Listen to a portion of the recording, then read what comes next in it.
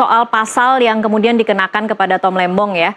Pasal 2 ayat 1 atau pasal 3 Undang-Undang Tipikor yang dipakai untuk menjerat Tom Lembong sebagai tersangka. Kira-kira sebenarnya kalau memahami dua pasal ini, apa sebenarnya komponen yang harus terpenuhi dan kemudian apa yang janggal dari penetapan Tom Lembong? Jadi gini, berdasarkan dua pasal itu memang unsurnya adalah unsur perbuatan melawan hukum. Yang satu adalah selaku subjek pejabat, yang satu adalah sebagai subjek swasta, ya kan? Nah, perbuatan melawan hukum ini artinya ada norma-norma hukum yang ditabrak atau ada norma-norma hukum yang dilanggar.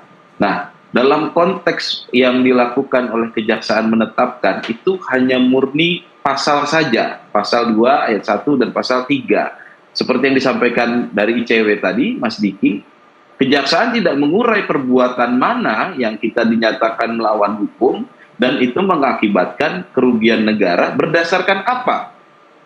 Nah, ini tentunya menjadi satu kekuatan juga bagi Pak Tom Lembong di lembaga pra-peradilan nanti, bahwasanya apa yang dia lakukan ini bukanlah merupakan suatu perbuatan melawan hukum karena perbuatannya adalah pengambilan kebijakan.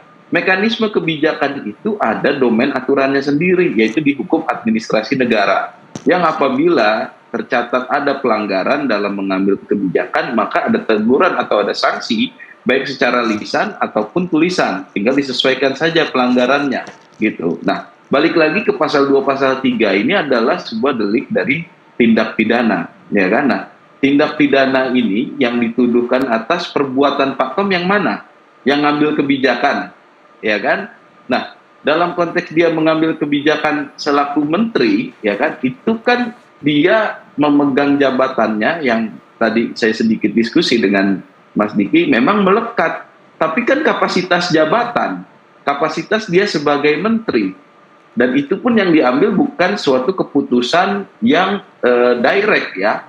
Karena directnya itu atau eksekusi dari impor ini adalah di dirjen mekanismenya. Nah, itu kan beliau tidak mengurus sampai detail teknis pelaksanaan tentunya. Namun demikian tindakan dia dalam mengambil kebijakan di pidana ini tentunya menjadikan kita juga bertanya gitu kan. Kebijakan ini dapat dipidana ini, lantas ke depan siapa pemerintah yang atau menteri yang berani mengambil sebuah kebijakan? Kalau nggak ada aturannya, udahlah, nggak usah kita laksanain aja. Nah, ini kan agak susah. Padahal kebijakan itu hadir mengisi kekosongan hukum untuk menyikapi suatu kondisi. Nah, saya sedikit balik dulu ke masalah gulanya. Kondisi gula hari itu yang diceritakan oleh Pak Tom, itu kita dalam posisi defisit, bukan surplus. Jadi tidak benar ya, tidak benar ketika Kejagung menyatakan bahwa itu saat itu sedang surplus gula begitu ya, Mas?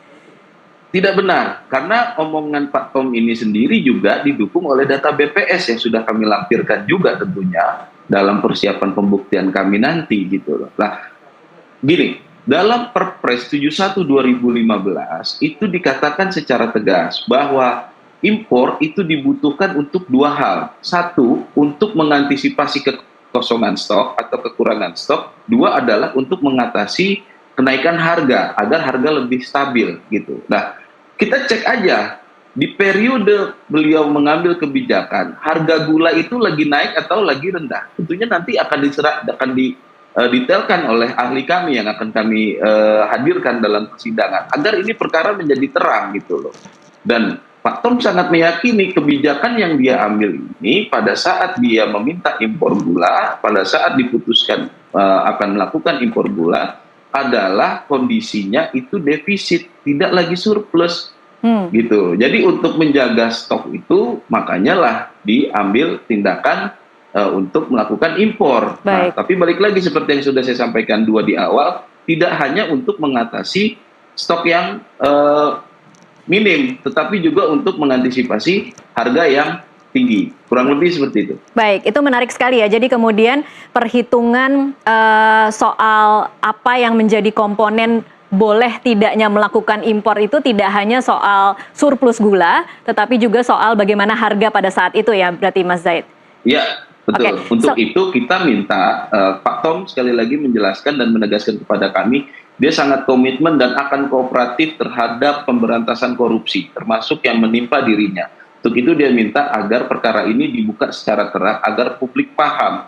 Kita ini demi kebaikan penegakan hukum ke depan. Baik. Gitu. Jadi tidak ada tendensi politik atau seperti apapun ya. Baik, Mas Zaid, sekaligus saya ingin mengkonfirmasi, mungkin Anda bisa menjawab apakah ini sudah dijelaskan oleh Tom Lembong soal bagaimana import ini tidak diputuskan di dalam rapat Kemenko, bagaimana import ini tanpa persetujuan Kementerian Teknis yaitu Kementerian Pertanian, kemudian bagaimana import ini tidak didukung data kebutuhan dan persyaratan dokumen, dan pemasukan impor melebihi tenggat yang ditentukan. Apa jawaban Tom Lembong untuk poin-poin kesalahan ini? Balik lagi, Pak Tom itu menegaskan bahwasanya untuk mengingat detail di kejadian 9 tahun yang lalu itu sangat sulit. Untuk itu seperti saya sampaikan pertama kali di awal tadi, kita butuh secara terang, kita butuh secara jujur untuk kembali membuka data. Karena keputusan itu diambil pasti melalui mekanisme rapat, diambil melalui prosedur-prosedur yang sudah ditentukan sesuai peraturan, baik peraturan perundang-undangan ataupun peraturan pelaksanaan di internal kementerian. Pak Tom tidak bisa mengingat kejadian detail, kenapa saat itu detailnya rapat, siapa yang hadir, kenapa itu tidak bisa. Untuk itu Pak Tom meminta agar ayo kita bukaan data bagaimana keputusan hari itu diambil gitu. Nah, tapi yang dia kuatkan kepada kami selaku tim hukum adalah data BPS menyatakan kita tidak sedang surplus. Makanya pada saat rapat koordinasi itu dinyatakan surplus, itu datanya data dari mana gitu kan? Oke, baik. Saya ke Mas Diki lagi, Mas Diki, khusus untuk kebijakan impor, mungkin khususnya gula ya. Apa evaluasi Anda untuk memastikan, tadi Anda sudah mengatakan harusnya ini jadi pembelajaran untuk bagaimana transparansi dan akuntabilitas dan bagaimana kerja-kerja pejabat ketika mengambil kebijakan itu kemudian bisa dilihat, dikawal langsung oleh publik.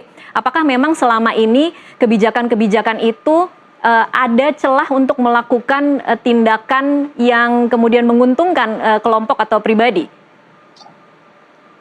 Iya, tentu pasti secara umum di setiap kebijakan yang dikeluarkan oleh pejabat publik itu pasti ada celah begitu ya, sedikit apapun itu pasti ada celah yang bisa dimanfaatkan gitu ya oleh oknum pejabat gitu untuk memperkaya dirinya sendiri melakukan tindak pidana korupsi. Tapi kalau kita mengacu ke dalam kebijakan impor gula kan sebetulnya ini diatur lebih lanjut di aturan Menteri Perdagangan ya, yang menyatakan bahwa sebetulnya impor gula itu harus dilakukan oleh BUMN dan gula yang diimpor itu harus gula siap jual, bukan gula kristal putih yang masih perlu diolah. Nah, ini masuk juga ke dalam bagaimana kemudian nanti penyidik di Kejaksaan Agung itu bisa menguraikan apa unsur melawan hukum yang dilakukan oleh Menteri Perdagangan saat itu Pak Thomas Lembong begitu ya, dalam mengeluarkan kebijakan mengenai impor gula tadi.